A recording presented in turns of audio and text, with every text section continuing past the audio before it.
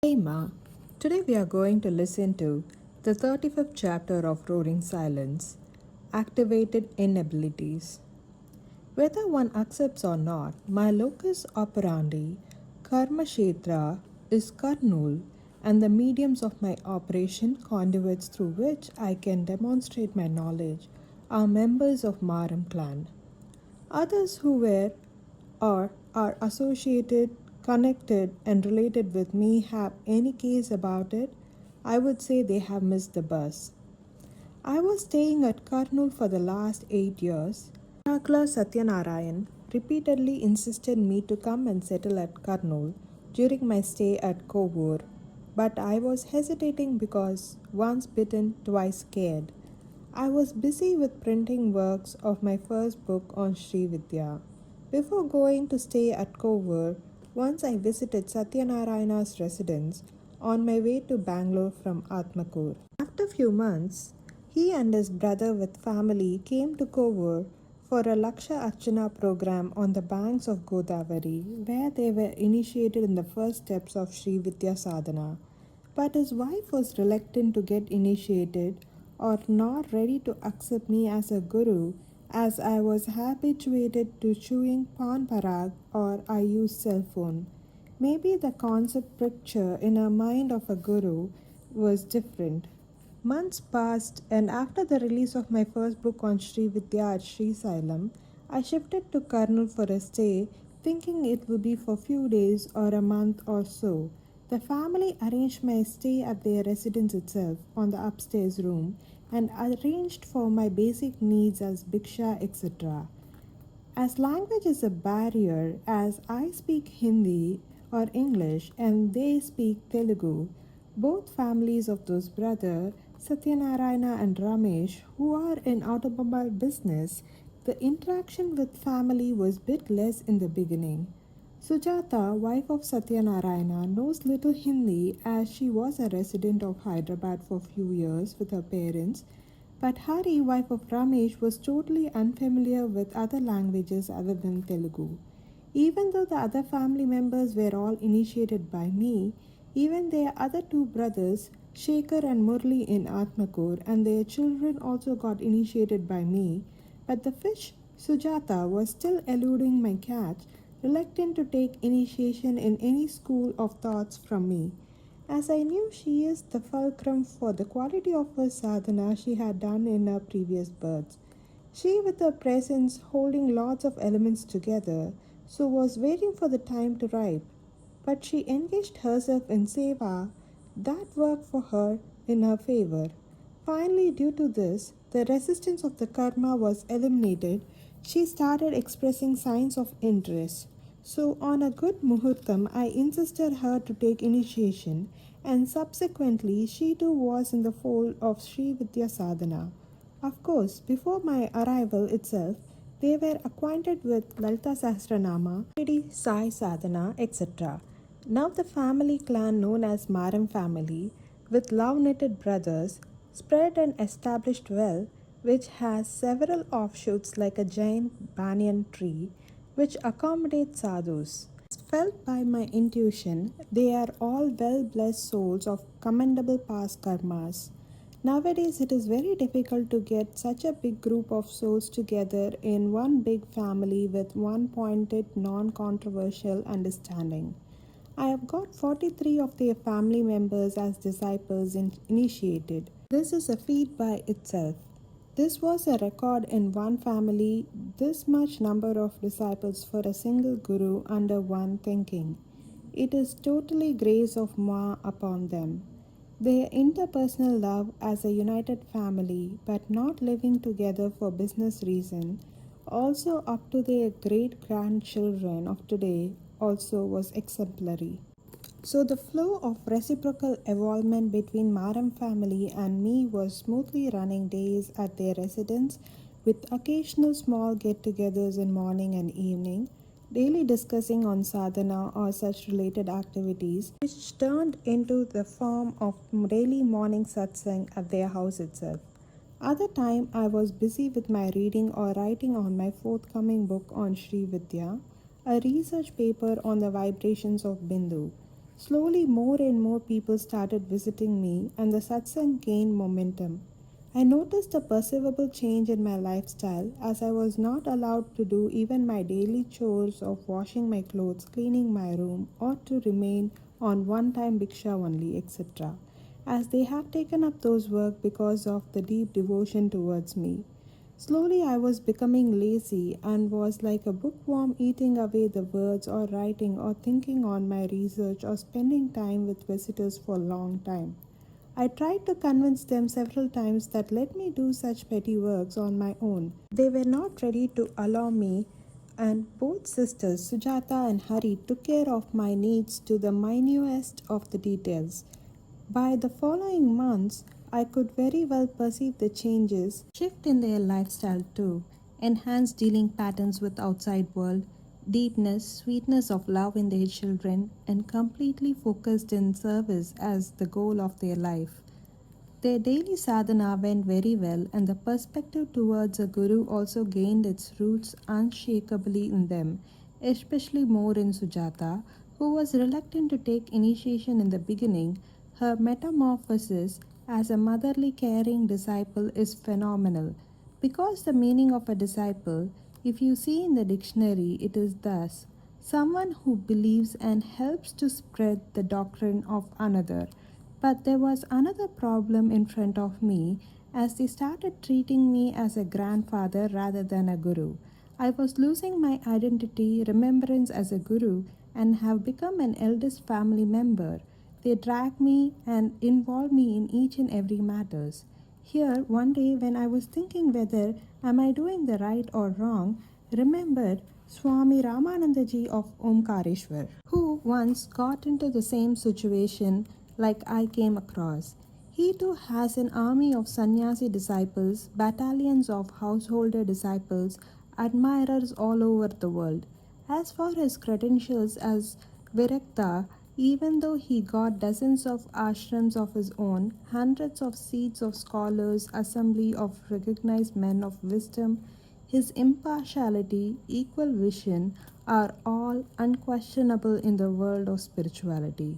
In spite of all this, he was once alleged to be luxurious, rolling in money, partial, more inclined and concerned more of the welfare of some specific devotees, sannyasi disciples exclusively, by some of his disciples of both sannyasi and householder, frequent visitors, etc.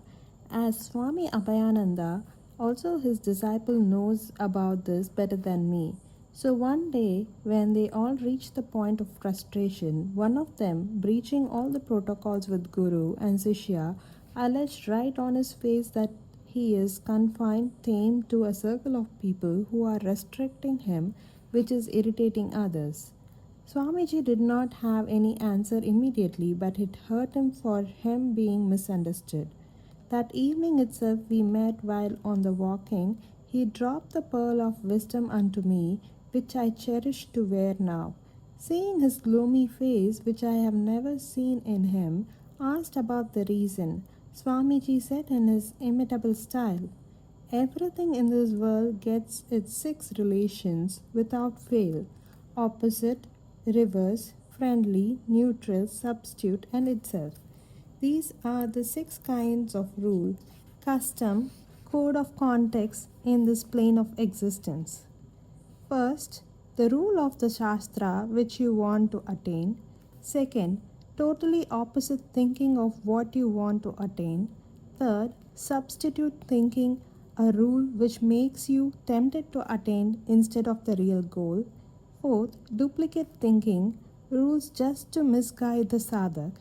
Fifth, rule of the helping friendly aspect which may be helpful in attaining your goal. Sixth, neutral elements which neither help nor deny. When you recognize, understand, win over them, then only you will get established in the ultimate truth. Till then, one of these aspects will keep disturbing your understanding as to whether it is true or that is true. The world is true. We are doing exactly what is wanted, like this, so many branching of thoughts, which will not allow you to remain in the peace you got.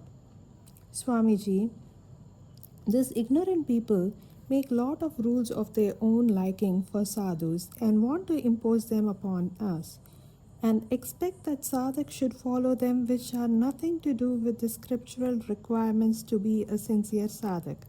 It is just an incident of putting you in doubt, and you will keep thinking of these matters, and you will be wasting the time, and they get off with what they want. Our main aim is to how we are able to keep our thoughts intact, continuous, penetrating, and taking us more near and nearer to our goal. Even though we live in this world, devotees provide us with our needs. It will not be binding us unless we use it for the purpose other than mentioned and not keeping our goal in our mind.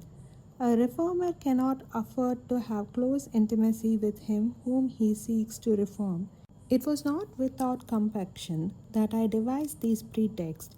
When comprehensive ability began to grow in magnitude every day, and a definition of it, that is, knowledge, self, world, also has been ever widening.